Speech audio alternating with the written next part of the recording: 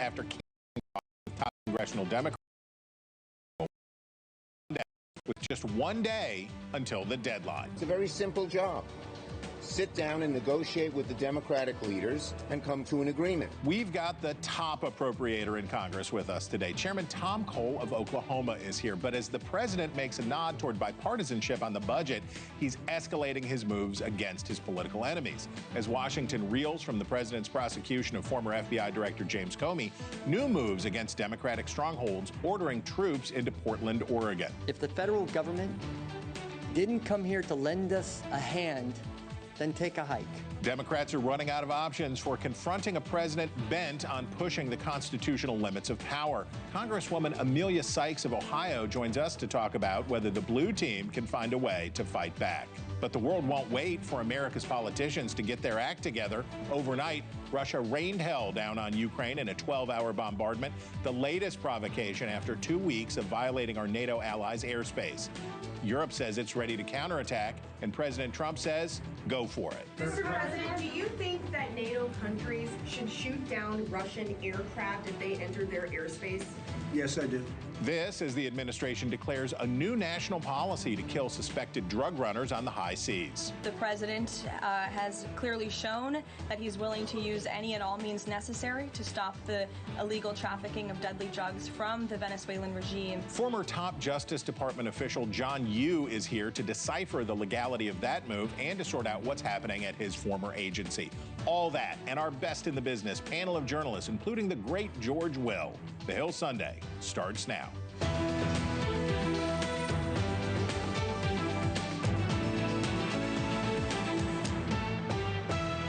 Hello from Washington and welcome to the Hill Sunday. I'm Chris Stirewalt.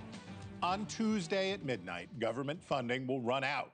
Barring a major reversal, the country is headed for its first government shutdown since early 2019. So how did we get here? 9 days ago, House Republicans passed a short-term extension fully funding the government until November 21st so appropriators could finish work on a full-year package. Later that same day, the Senate said no. They were 12 votes short of the 60-vote threshold. Every Democrat but one, as well as 2 Republicans, were all nays. To get enough yays, Democrats want to roll back Medicaid cuts in the president's July reconciliation package, forbid the president's use of impounding money appropriated by Congress, and permanently extend tax subsidies for Obamacare. The cost of the Democratic package is over $1 trillion. The Republican leadership said, no way, and the Senate went into a week-long recess. 5 days ago, we learned that President Trump had agreed to a meeting with Senate Minority Leader Chuck Schumer and House Minority Leader Hakeem Jeffries. But almost as soon as we heard that, the president backed out. The next day, the White House sent out a memo to federal agencies to come up with a list of workers to be fired if the government shuts down. Democrats dismissed the memo as an intimidation tactic, but it was exactly that threat that led to the March spending deal that's about to expire. Then, newsflash, the White House meeting is back on, for now. President Trump is set to meet with all 4 party leaders tomorrow. You can count on fireworks. A solution? I don't know. With us now, Chairman Tom Cole, Republican of Oklahoma, who leads the House Appropriations Committee, the body that has been working for months to try to do the deal that for the first time in 20 years would see a full year spending plan. Mr. Chairman, thank you so much for being here. You're going to have quite a week. You're going to have Gonna be exciting, no doubt about it. Okay, almost a year ago, when I talked to you about this, you were optimistic, and you said, we can do it, right? Like, you've been in Congress a long time, and you said, we know how to do this, we can do it. It doesn't look like we're going to do it. It doesn't look like it's going to happen. Tell me the reason for hope. What's the reason for hope that what you want to do, which is have the process work its way out and do what was commonplace prior to about 2005. Why are you hopeful, and if so? Well, the reason to be hopeful is we're asking for nothing more than simply time. Look, we've not put anything in front of our Democratic colleagues that they haven't voted for before. We just want to talk and negotiate and keep moving. We're pretty close on 3 bills. We'll have another package after those 3 bills are done. But at the very last minute, frankly, Democratic leadership decided to put things in here that have nothing to do with appropriations. Medicaid is not something we deal with on the Appropriations Committee. The Obamacare subsidies are not something that we deal with. And so this is just an effort to take something and extort the day-to-day operation of the government to try and get something that's unrelated to that. Almost every Republican in both chambers has voted to keep the government open. Frankly, almost every Democrat in both chambers has voted to close it down. So I think it's pretty simple to see Democrats are trying to blackmail the administration and Republicans in Congress to achieve an unrelated objective. I don't think it's going to work. Now, I get the part where $1 trillion for 7 weeks is a lot. Oh, only 4. Only 4. We asked for 7. They only offered 4. They're only offering 4.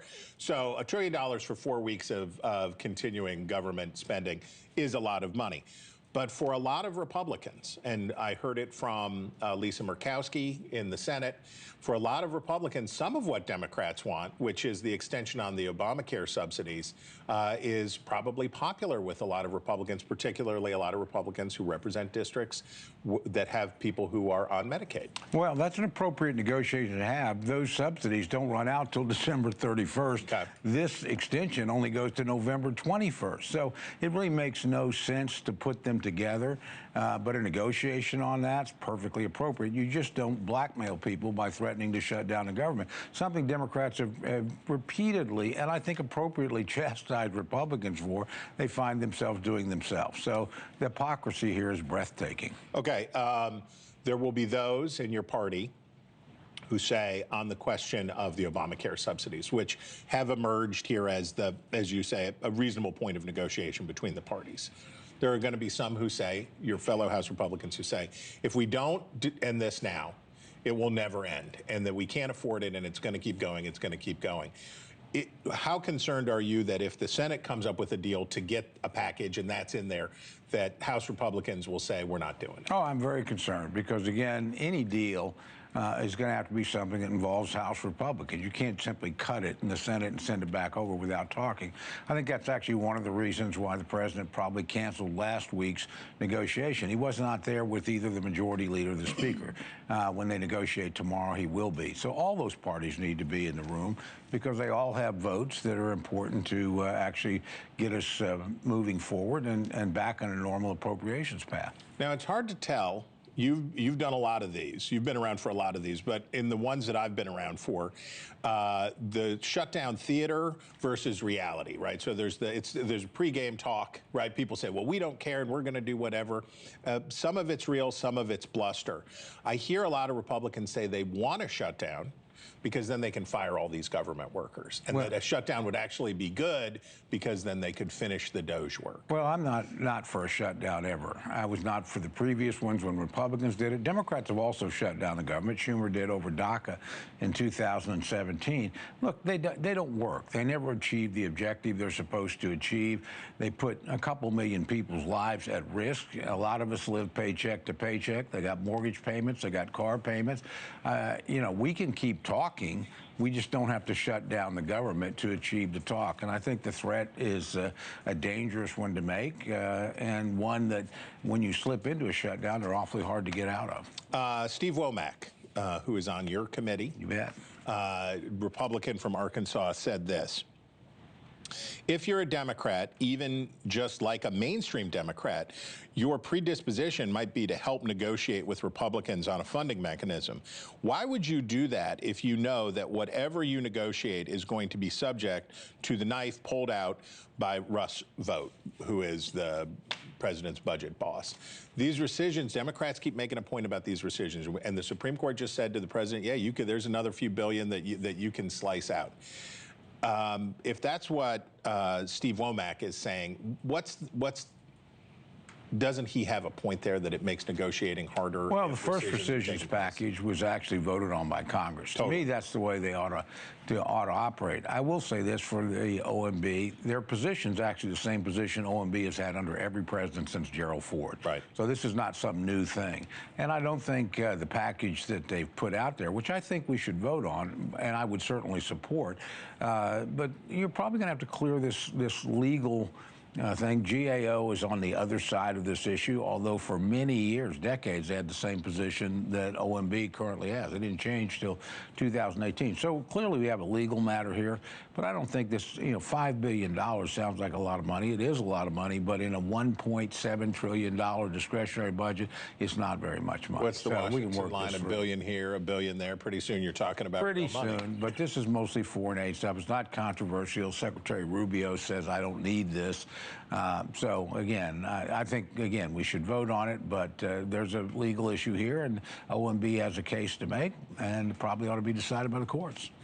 Thank you, sir, for being here. If you were from the town of Moore, Oklahoma, like both the chairman and Toby Keith, I did not know that. I did not know that. You would most certainly know him already, but if you don't, here he is. Chairman Tom Cole, we thank you. Toby Keith's a lot more famous.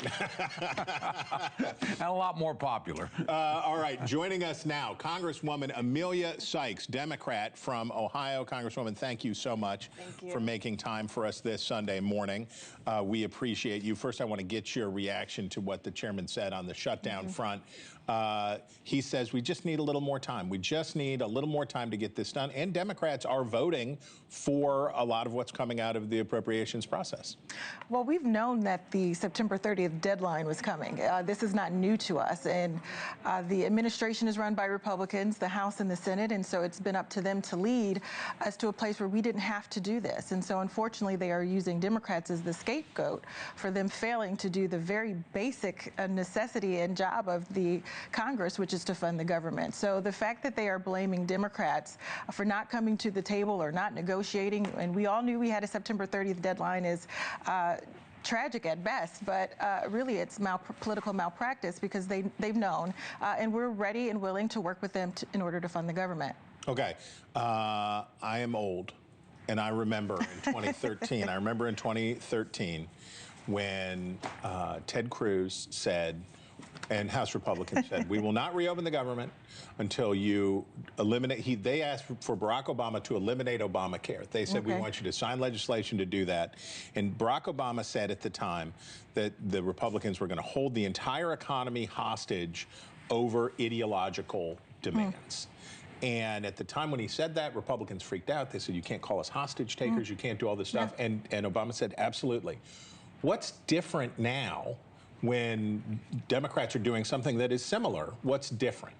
Well, for districts like mine, we will be held hostage if the Obamacare subsidies are not extended. We've already heard healthcare insurers cancel 6,000 people's health insurance, not just individuals, but these are the plans that small businesses use so that they can employ people, pay them a good wage, and continue to be the backbone of our economy. The largest employer in my district is our healthcare providers, healthcare systems. And so we need them to have some predictability about how they're going to be reimbursed so that they can continue to employ people, keep our economy strong. And so without it, it'll be holding communities like mine hostage, and we won't have another fail-safe in order for folks to be fed and housed and clothed and employed. I don't expect you to negotiate here in public because that's not how it works. Well, I wasn't invited to the meeting tomorrow. That's right. But if I'm reading the tea leaves correctly, the Obamacare extenders are where this is, that's the sticking point, in the negotiating. But if that happens, then are you going to, if Hakeem Jeffries comes back to you and says, we've got a deal, we're going to get a permanent extension of these Obamacare tax subsidies, but no change to the one big beautiful bill Medicaid cuts, no change to these other things, are you going to be able to live with that? Well, I don't know what is on the table for us to agree to. And we will see what they come with after the meeting. But one thing I do know is my constituents and people all across this country are still trying to figure out how they're going to feed their families. Between gas and groceries, housing and health care, there's a lot of expenses that people are struggling with in this budget that we have seen so far. The conversations that we've heard from our colleagues from the other side of the aisle do not address those really basic needs. So we want people to be able to afford their basic necessities, and they cannot do it, and we are not meeting the moment by helping them through this budget process either. Okay, you mentioned your district. Let's look at your district. Now, I, a huge nerd, love your district. I'm fascinated by your district there in the Mahoning Valley of Ohio, and you see that little blue dot up just south of Cleveland up there. That's District 13, and I think if we can And there you are. See your little outline? You're well familiar with this. There's a lot of red around your blue dot. A lot of red around your blue dot. Ohio Republicans are doing a redistricting. Now, it's different from the Texas redistricting because they have to do it because Ohio is terrible at drawing maps, and the one that you have now is going to expire, and it's time. As you think about these issues, does it affect your thinking ever that all of that red, the red that's in your district and the red that's around it, that how you vote here and what you do here is going to be interpreted by a different group of voters than the ones who elected you last year? Well, I'm thinking about green. I'm thinking about the ability for people to afford a comfortable way of life in Northeast Ohio. And Ohio 13 is not in the Mahoning Valley anymore. It's been redistricted out of it. But nonetheless, people are concerned about how much money they can bring home, how much they can invest, how much they can save or pay for very basic necessities, gas, groceries, housing, and healthcare. So that's what matters to me. Okay, but when you think about this redistricting process, there are 5, I believe, Democrats in the Ohio delegation. Republicans would like to see that be 3 or 2. Correct. They think that they can do it that way. What do you think? Well, they drew the map already for there to be only 2 or 3 Democrats. And what they failed to realize is they were not fielding candidates who were good enough to meet Democrats in spite of the fact they're so much red. And so now they're just resorting to cheating. I've been in 2 very difficult election cycles in places in a district where folks thought I had no chance. And I've won twice, decidedly. This is basically a neutral, this is an even district. 50-50 as you get. And so these are the kinds of districts that people have been asking for, and we are in one. And so instead of putting up better candidates, they're resorting to cheating. And I think that's pathetic. You know, we're not in the Mahoning Valley, but we're the birthplace of champions. We have LeBron James and Steph Curry and the Football Hall of Fame. We're athletes, we're competitors, and if you win, so you don't change the game in the middle when you're losing, you fight harder, you do better, you train more, and that's what we have done, and that's why I've been able to be successful twice. Okay, you're on the Science, Space, and Technology Committee. When you all came up with, it wasn't just you, but when Congress passed, and I believe you voted for legislation to say that China had to divest itself of TikTok, or TikTok would be shut down. Correct. And I said, I'm a little worried about free speech. And people said, you shut up about the free speech stuff because this is too important and China is brainwashing our children and the national security threats. And I said, okay, well, let's see what happens. That was January. The president has not followed that law. He has said, I'm not going to do it. And now we've got a deal that's coming that looks like it will not follow the law either, based on the fact that we expect China to retain substantial control. Why did we have to go through this whole ordeal? Is Congress just going to take another L here and say, well, we had some suggestions, but they weren't followed? Well, we have an administration that's rogue and does what it wants to do, and a Congress who is unwilling to step up and utilize our power. We've seen it with the tariffs. We've seen it with the rescissions. We're seeing it right now with the government funding package. So Congress needs to step up and do its job and ensure that there is a check and balance on the administration. The concerns against the algorithms and whether or not the Chinese government is getting information from American citizens, that remains. But I'm sure that there are a lot of people who are excited to be able to continue to use TikTok. I know it is a significant part of the economy where people can buy and sell many goods and services. But we are concerned about the national security issues and will continue to be concerned. But Congress could fix it if only we decided to do our jobs. That would be novel. People in Washington doing their job. What would happen? Okay, we thank you very much. All right, America, if you had ever gone to Canton, Ohio, as she said, both to venerate Pro Football's Hall of Fame and the home of President William McKinley, you would know her already. But if you don't, here she is, Congresswoman Amelia Sykes. We thank you. Coming up, should the Navy be in the business of killing drug runners? Our next guest, John Yoo, a former DOJ official during the U.S. War on Terror, has some thoughts. Plus, how he expects the indictment of former FBI Director James Comey to play out for both sides. And as always, our best in the business panel, including the great George Will, is here when the Hill Sunday returns. It's about justice, really. It's not revenge. And Comey was one of the people. He wasn't the biggest, but he's a dirty cop. He's always been a dirty cop. Everybody knew it. Washington finds itself in another debate between can and should.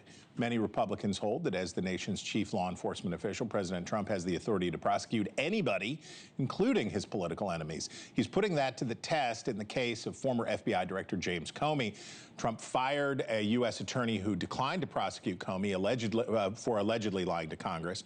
Trump has put one of his former personal lawyers in the job who promptly delivered that indictment. So where do we go from here? With us from beautiful California is John Yoo. He is a law professor at the University of California at Berkeley and, for most important for our purposes, a former Deputy Assistant Attorney General for the Office of Legal Counsel in the George W. Bush administration. Professor, thanks for being here. Proponents of a unitary executive theory of the Constitution tell us that this falls within presidential power. But even some of those folks are getting squeamish about this case. How do you see it? I think I share those concerns. This is not just proponents of a theory. This is the Supreme Court that has said that under the Constitution, the only officer recognized as responsible for law enforcement is the president. Everyone who works in the Justice Department and all federal agencies are under the Constitution his or her assistant. And so the president ultimately is the one responsible for choosing who to prosecute, who not to prosecute.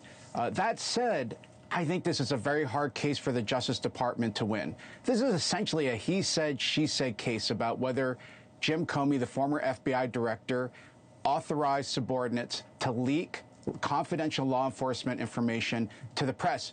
Some of his subordinates have testified under oath that he authorized them to leak that material. Comey says no, and then he testified under oath to Congress that he said no. That's really what the case is about. It's hard to win a case like that. And let me say, Chris, you're quite right. There are critics out there who are saying this might unleash a cycle of retribution by the president against his political enemies. But our constitutional our founders, in their wisdom, require that a conviction come by a jury. And so the president can charge people, but it's ultimately up to the American people, as represented by a randomly picked jury, to decide whether to convict or not. And they can take into account whether they think the president, they can take into account whether the president is abusing that authority under the Constitution or not. Okay, you're a former colleague from the Bush Justice Department, different offices. Andy McCarthy wrote, I'm sure Comey would rather have a jury clear him, to your point, but this baseless case should never have seen a trial court. I get everything that you're saying, but doesn't bringing cases like these erode public trust in a fair system? Whether this was a Republican president or a Democratic president doing it, isn't that a concern? Chris, that's, I think, the hardest problem here is that we are witnessing a cycle of using prosecution to go after political opponents. I don't think Donald Trump started it. I think you could say that the prosecutors in New York City, the Attorney General of New York, Letitia James, Al Bragg started it. You might say, I thought at the time, and we talked about this, that the Justice Department under President Biden should never have crossed the Rubicon of going after a former president, Donald Trump, with those prosecutions. And now Donald Trump is following those footsteps. The problem for you and me and other Americans is, how do we bring this to an end? This is not healthy for our democracy, for the awesome power of law enforcement to be used to settle political scores. Maybe what it takes is for Republicans to do it too, and then Democrats will stop. I hope we won't see an escalation of it. Remember, back in the 90s, this happened with special counsels, that they were used over and over again against Republicans. It was only when Ken Starr went after Bill Clinton that both sides said, we're stopping the special counsel laws and we're going to put that to an end too. The reason I like folks to hear from you is that you are consistent, right? The very fact that you argued about what was wrong with the Trump prosecutions is the reason you're saying this. You helped me in ways you did not know this week. You wrote a very helpful piece in the Washington Post breaking down the legality of the new policy to kill suspected drug smugglers. I pay close attention to these things that you write for all of those reasons, but I want to read to you. Here's what you wrote about the drug boats. These attacks risk crossing the line between crime fighting and war. The Trump administration is right that illicit drugs are inflicting more harm on the United States than most armed conflicts have. But the U.S. cannot wage war against any source of harm to Americans. American law instead relies upon the criminal justice or civil tort systems to respond to broad, persistent social threat harms. Tell us more. Why do you say that? Chris, as you mentioned in your intro, I was an official on 9/11 at the Justice Department. We faced a similar challenge. Should we consider foreign terrorist attacks to be an act of war or crime? It's important that we maintain that distinction. You can't use the military, which is authorized to use force and doesn't use trials. We can't use that to solve every social problem. Crime, generalized crime, harms more Americans than foreign attacks. Drug use harms more Americans than foreign attacks. We're losing more people now annually to fentanyl overdoses than we've lost in many American wars overall. But that doesn't mean that you can start shooting drug dealers on the street without trial. Right? We have to make sure that that line doesn't get crossed except for the right things. So on 9/11, we decided foreign terrorist groups could be enemies, which we would use the military against, but that doesn't mean anyone who's a terrorist suddenly becomes subject to military jurisdiction. I think that's true here with the drug boats, too. The United States can't just start using the military to attack anyone involved in the drug trade. That would cross a line from crime into war where it's not justified and open up a series of consequences I don't think the American people would want. There is a way out for the Trump administration, though, which is to say, much like we did in 9/11, what we are focused on is Venezuela. If our enemy is Venezuela and the drug cartels are part of the Venezuelan government, the Venezuelan regime, and the use of force and the military is focused only on Venezuela and its government and its elements, then I think the law would allow what we're seeing today. All right, Professor, thank you for taking us to school. You are a great resource to us. Okay, still to come. Everybody wants a win-win, but what about a lose-lose? Government shutdowns can do that. We'll break down the politics at the Wonderwall. We're going whole hog when The Hill Sunday returns. Both sides say they're going to win the partial government shutdown that looks very likely to begin on Wednesday. While it's true they could both lose, they can't both win. Let me explain. Democrats are psyching themselves up for the fight, pointing to a pair of polls from two of their own pollsters that say Republicans will get more of the blame from voters, including from independents. And that's certainly been the conventional wisdom in Washington for decades. The party in control of Congress pays the price. But that sounds too simple to me. So let's see what recent history tells us. Our first, oh, there it is. Look at that. Look at those neckties. Fabulous. Our first politically significant shutdown happened just a month before the 1990 midterms. Newt Gingrich and a bunch of Republicans punished then-President George H.W. Bush for breaking his no new taxes pledge. The shutdown lasted only 3 days. It was over a weekend. Who cared?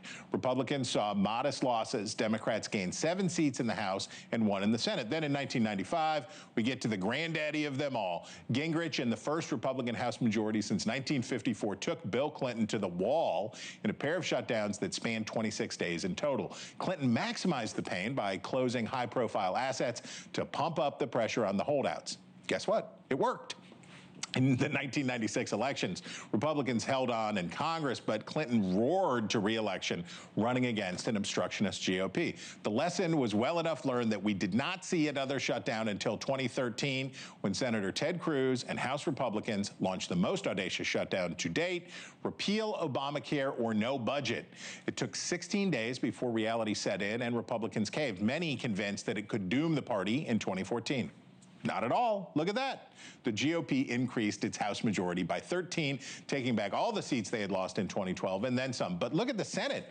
Look at the Senate number. That's a whopping 9 seats.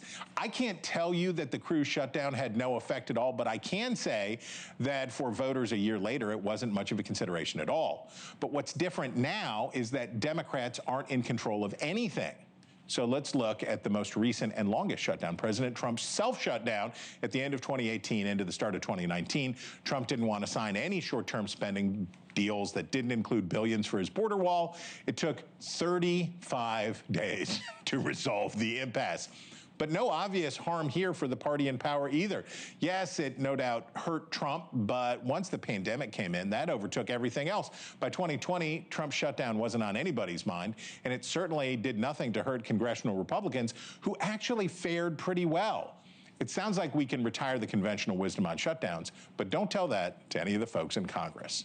Now, normally, right here is when we would play some sound, but I have to tell you this, if you enjoyed that, you can enjoy our whole hog politics segments every week online. You can join me and Bill Salmon, the Hill Senior Vice President of Editorial Content and an all-around superhuman being. This Friday, you can scan that QR code on the bottom of your screen, and you can join the live chat. You can ask me questions. You can help Bill torture me.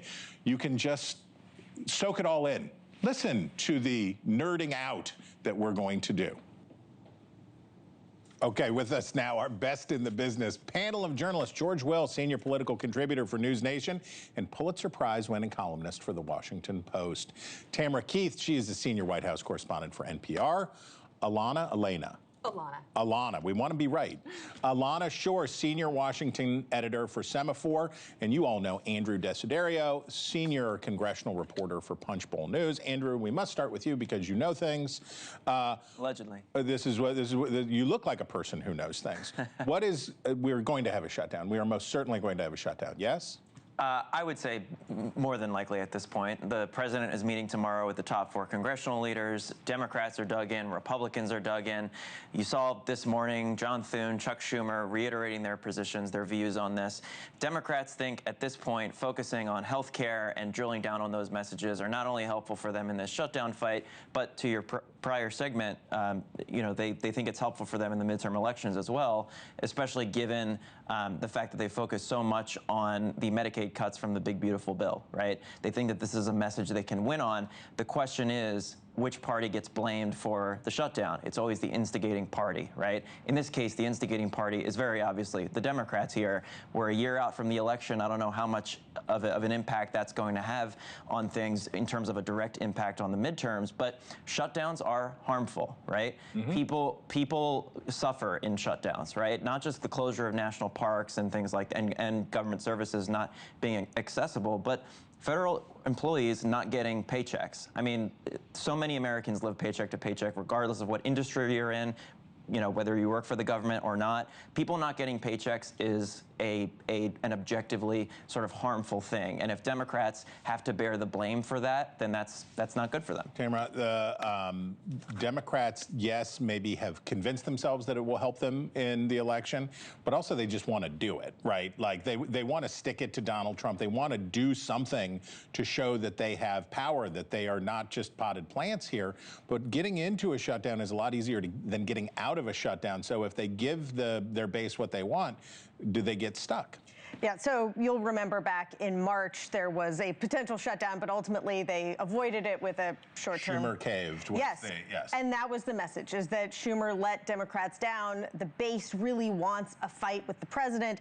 There's a feeling among Democrats that President Trump is less popular than he's behaving, and that the potential exists to be able to drive a wedge or otherwise highlight what is coming up, which is this cliff on Obamacare premiums, which people are really going to feel like their cost of living is going to go up. That's the theory. However, I have been talking a lot to the White House. They are convinced that they are in a much better place than Democrats. Are we going to see a Zelensky 1 kind of session at the White House tomorrow? Are we going to see Donald Trump yell at what? They'll do it all on camera, right?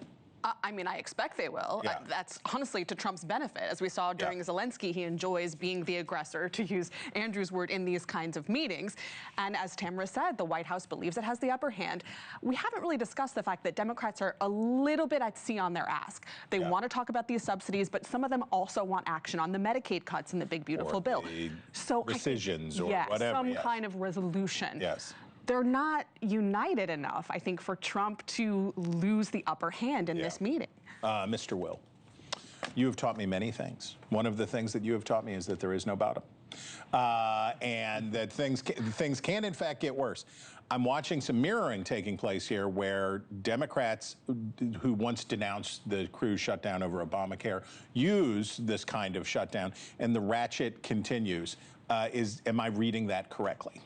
Yes. However, you mentioned the president's standing. The president's net disapproval right now is about where Biden's was after the debate that ended his career. Yeah. So the correlation here doesn't work. Yeah. President Trump likes to brawl. He likes to be talked about and be the center of attention, and we'll see that in the Oval Office.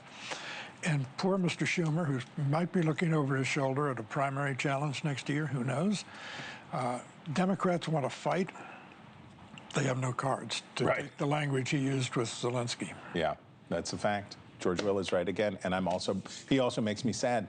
Okay, there is still so much more ahead. Questionable indictments, Tylenol scares, new tariffs, a Ukraine pivot, and more. Gosh, The Hill Sunday. We'll be right back. Every weeknight on NewsNation, Blake Berman brings you the biggest stories from the top newsmakers in Washington. Russia are on their heels right now. That's why Trump is choosing this moment. We can't be having these kind of diplomatic problems. Are you trying to have it both ways, though? He's shown a lot of strength. NewsNation's The Hill, weeknights at 6, 5 Central. News for all Americans. Welcome back. Our best in the business panel of journalists with us, even still, Mr. Will. We begin with you. We heard the testimony from John Yoo about the Comey prosecution. Many conservatives have said this is a dangerous path on Comey. But I note that for Republicans who are concerned about the constitutional order of things, they keep having to defend people they don't like, right? They don't like James Comey and think that he was bad. They didn't think Jimmy Kimmel was funny, but they're doing that. Talk about what's going on with the Justice Department in this Comey prosecution. Donald Trump should like Comey because if Comey hadn't blundered in his incompetent self-righteousness into the 2016 election, Hillary Clinton might have won. Now, it's hard to shed tears. This was 5 days before the election when he came out and said maybe Anthony Weiner's laptop has bad stuff on it, and then said never mind. So a lead attorney in Northern Virginia said, I won't do this. So he fires the lead attorney and he brings in a perfectly amateur prosecutor, in fact, never prosecuted anything. She goes before a grand jury where the saying is any minimally competent prosecutor can get a grand jury to indict a ham sandwich. Right. She loses one of the indictments. The one she wins, she gets 14 votes out of 23, 12 were all that was needed. So it's not off to a good start. This is a case, Chris, where the process is the punishment. They're going to make Comey spend a lot of money to defend himself and lose horribly. Okay. Tylenol, Andrew. The makers of Tylenol thought they had a deal with the president to not, they had been working with him and that he was not going to come out and say that Tylenol caused autism. And then he came out and said, don't take Tylenol. The RFK leadership, the stewardship of our health infrastructure by Robert F. Kennedy Jr. is starting to make a lot of Republicans and Democrats nervous. When they confirmed him, when the Senate confirmed him, they said, well, it'll be okay later. It's getting wild out there right now. Will Republicans ever say, are they going to yank a knot in this, or does this one just keep rolling? I think it's probably the latter. I mean, you saw RFK Jr. make so many different promises throughout his confirmation process to Senate Republicans that he's ended up breaking, especially promises to Senator Bill Cassidy, the chairman of the Health Committee, obviously in the Senate.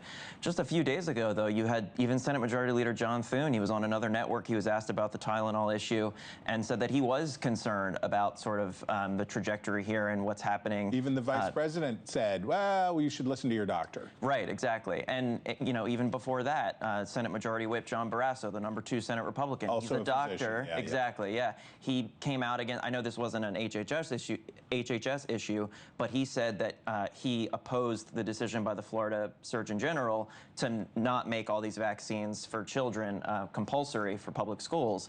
And so you're seeing that backlash sort of build among Republicans on the Hill, and I think it's notable, and it could potentially get to a point where you see some sort of broader investigative action within Senate committees, subpoenas being issued, things like that. But I don't think we're quite at that point yet. The closer we get to the election, the more you may see that. Okay. How much of a turnaround do you really think the president made on Ukraine? Right. So when I first heard what the president said, like, Russia's a paper tiger, we don't care, da da da da da. And then I heard the Treasury Secretary clarify and say, we're not going to do anything different. Mm-hmm. We're not changing. We're going to keep doing what we're doing. Are we in a different place after what the president said, condemning Russia and saying they're going to lose the war, or is this just more talk? I mean, that is the question of the day, right? Because Trump is going to talk the way he's going to talk for NATO allies, like Poland, who are dealing with these incursions. But how is he going to act? Right. Is he going to support the sanctions bill that Lindsey Graham is trying to push on the Hill? The answer so far seems to be he's in exactly the same place. Now, that's not to say that the talk doesn't matter. And they just got 2 new Democrats, right? They're about to get one from Arizona. They've got a new Democrat from Virginia. Yes, the head count is changing in the House. Could that change the pressure on Republicans for sanctions? Honestly, I think it all depends on the Senate when it comes to this Russia sanctions bill. And Lindsey Graham has been clear, I'm taking my cues from Trump. He might want edits on this, but we haven't heard about any new edits. So to your point, we're seeing a big change in the talk. The action is TBD. Okay, all right. Another week. We have the Comey prosecution. Now we're sending ground troops into Portland. The ratcheting up here, and you can almost see how the administration is hoping for a real confrontation, right? So they've declared Antifa a domestic terrorism. The tinderbox is stuffed. After more political violence, the shooting at the ICE facility in Dallas, I'm concerned. Are you concerned? Of course. Okay. I mean, I think every American watching the news should be concerned that this country is in a dark place right now, and that things have been happening, violence has happened that no one should support. I agree. No one should support that, but are Democrats going to, like, you can feel there's an anxiety among Democrats that basically the president is going to be given a pretext for more robust enforcement, more troops, more stuff, because, I mean, Portland is basically ground zero for the American violent protest movement that started with the WTO back in the 90s. In the 90s, yeah. There's a strong culture in Portland for protest, and protest that has gotten pretty tense. The people in Oregon, leadership in Oregon, governor, mayor, all of these, attorney general, all of them are saying the number of troops we need in Oregon is 0. They're being very forceful about that. They may not get a choice, but also the president has announced repeatedly he's sending troops to places and hasn't. George Will has a solution for some of this on free speech. In his piece, Trump, Kimmel, and the upside of ignoring big government coercion. The Trump administration frequently explores new frontiers of crudeness and pushing against the idea of unwritten restraints. There is, however, nothing new about attempts to expand political control over communications technologies. Abolish the FCC, said you? For starters, yes, of course. The FCC came along when radio spectrums were scarce. Public broadcasting came along to increase from 3 to 4, the basic choices people have. We live in 80,000 podcasts. Yeah. Unlimited 500 channels. Why do we need this? And it's a similar remedy because when it comes to the jawboning online, because if you get rid of that, so he has a fix. Okay, we'll be right back. This is your almanac for today, Sunday, September 28th, 2025. On this day in 1920, 8 Chicago White Sox players were indicted on charges that they were paid to fix the 1919 World Series in the infamous Black Sox scandal. While later acquitted, the players were suspended from the team, and the damage to the league's reputation had been done. The new commissioner of baseball, the iron-fisted Kennesaw Mountain Landis, banned the players from the league for life. Among them, shoeless Joe Jackson. Born into poverty, Jackson never went to school or learned to read, but set himself apart quickly as an exceptional athlete and eventual star ball player. And while Jackson admitted his role in the payoff plot, he maintained he had never thrown a game. His record bears that out with a record-setting series performance of 12 hits and a .375 batting average. Without many other skills, but an enduring love for the game, Jackson continued to play outlaw ball under an assumed name around the country. And despite efforts to fight for his reinstatement, Jackson would never live to see the ban lifted. But Shoeless Joe's marred legacy would be burnished in the 1982 novel Shoeless Joe, later adapted into the film Field of Dreams. And just this year, over a century after the initial ban, Jackson was posthumously reinstated back into the league. So whatever color your socks this week, we hope you have a wonderful one. Until next time.